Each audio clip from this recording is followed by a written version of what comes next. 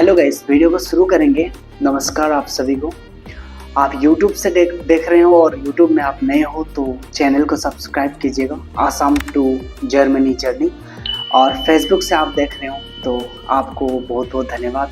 मैं वेलकम करना चाहूँगा एक्सक्लूसिव कंटेंट के लिए YouTube में। और इस वीडियो में मैं आपको शेयर करने जा रहा हूँ मेरा जर्नी। ओके, मेरा अभी तक यहाँ पे 3 से 4 डेज हो चुका है, तो मैं लेके चल रहा हूँ 1 week. Okay, my 1 week experience in Germany.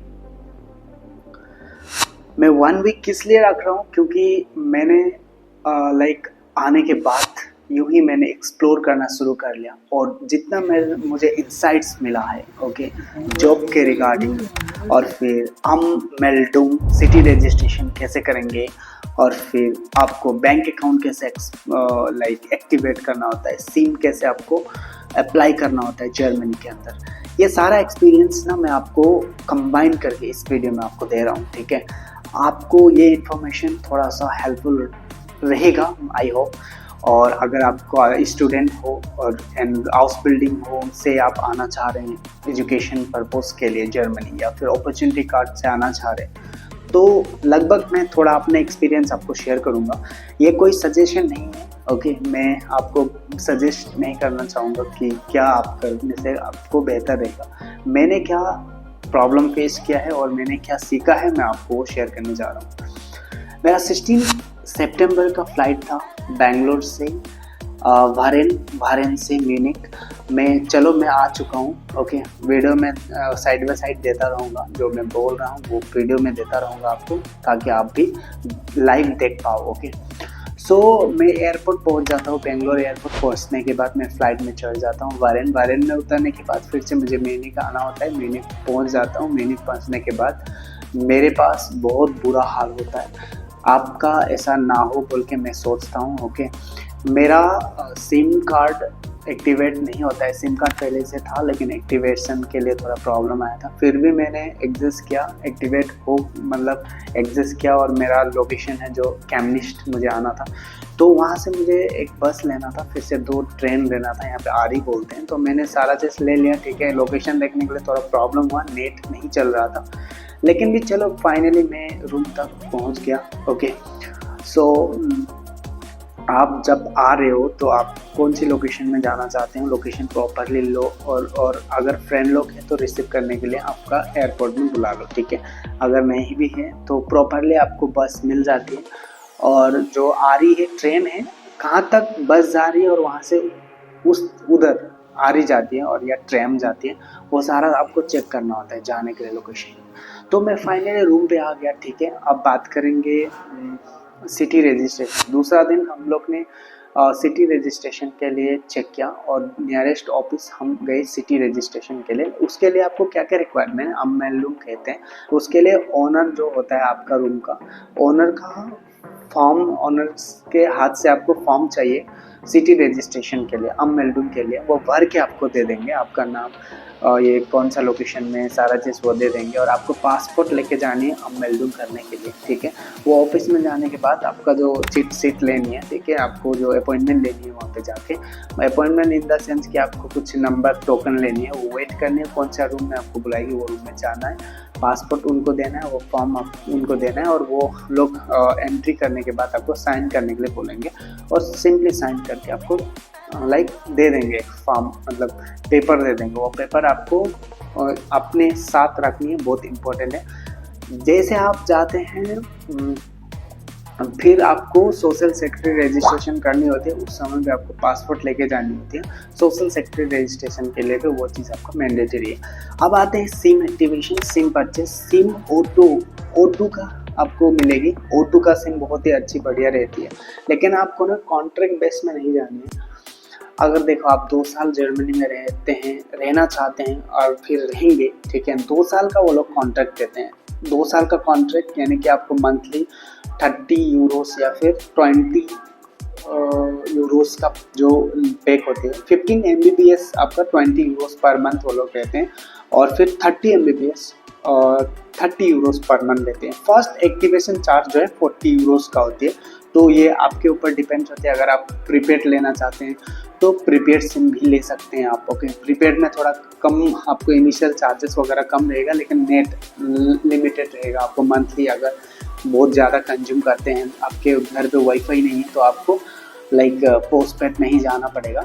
मैं तो ये कहूँगा कि आपका प्लान इतना नहीं है तो पोस्ट पेड में मत ही जाओ, प्रीपेड ले लो, बाद में आप सोचो क्या होती है। ओके, सिटी रजिस्ट्रेशन हो जाती है और फिर मेरा सिटी रजिस्ट्रेशन हो गई है और सोशल सेक्टर रजिस्ट्रेशन मैंने कर लिया, ठीक है। और सिम तो मेरा पहले से था तो मैंने एक्टिवेट कर लिया। अभी बैंक अकाउंट एक्सपार्टियो से मुझे एक्टिवेट करना है, तो उसके लिए मुझे एक्सपार्टियो ऐप ओपन करने के बाद इस तरह से ऐप ओपन करने के बाद मुझे कुछ एंटर वगैरह करना है, डेटा एंटर करने के बाद वीसा अपलोड करनी है और फिर ऑन मेल्डिंग करके ये अपलोड करनी है वो जो डॉक्यूमेंट्स मैंने बनाए। उसके बाद ही आपका और सिटी रजिस्ट्रेशन होने के बाद ही एक्टिवेट हो जाती है बैंक अकाउंट। और या फिर आप चाहते हैं दूसरी बैंक अकाउंट ओपन करने के लिए, तो दूसरी बैंक अकाउंट आप आराम से ओपन कर सकते हैं, ठीक है।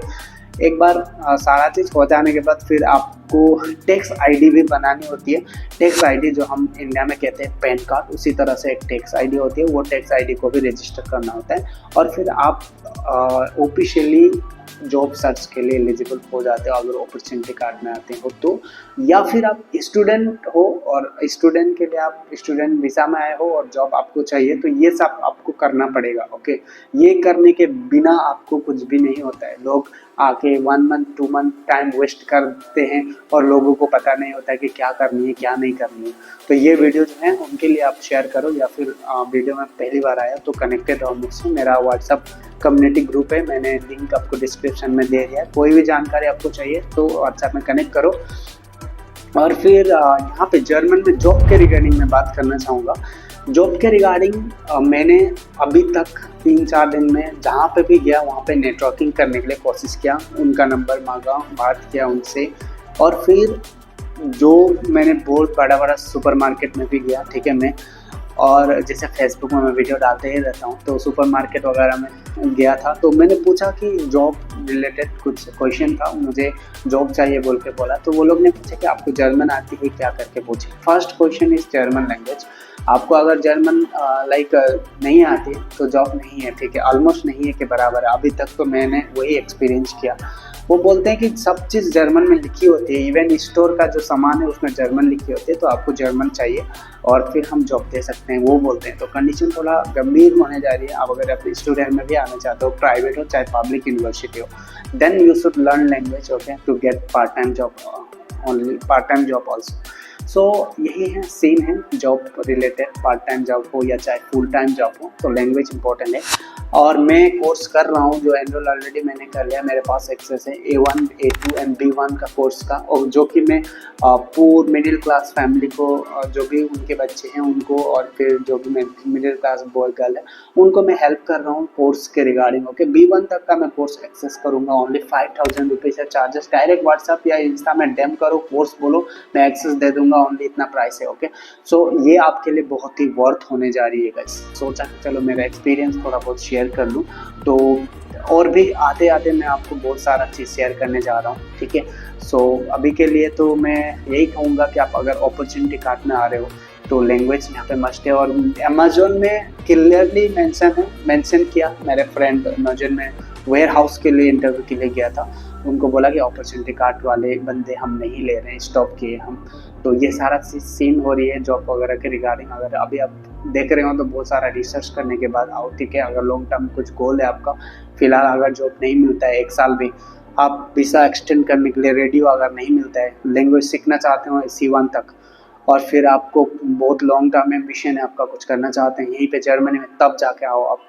ओके, इसलिए सिंपली आप बिना डायरेक्शन का मत आओ, क्योंकि मैं तो आया हूँ और मैं सोच रहा हूँ कि आई कैन डू और आई विल डू समथिंग। अगर नहीं भी होता है तो German is not the haven. Okay, हमारे पास अपने देश है और दूसरा भी कंट्री है जाके हम कुछ भी कर सकते हैं। ओके, ये एक हेवन नहीं है। आप आए हो अपॉर्चुनिटी कार्ड में और जॉब वगैरह आपको नहीं मिल रहा है, या फिर आप आते हो और आपको जॉब नहीं मिलता है, आप ट्राई करो, आपने 100% आप दे दो, ओके, 200% आप दे दो, और फिर भी नहीं होता है ना, तो जर्मनी ओनली एक हेवन नहीं है, ठीक है। दूसरा भी कंट्री है जहाँ पे आप जाके अपना करियर स्टार्ट करोगे और अपना काम कर सकते हो, ठीक है।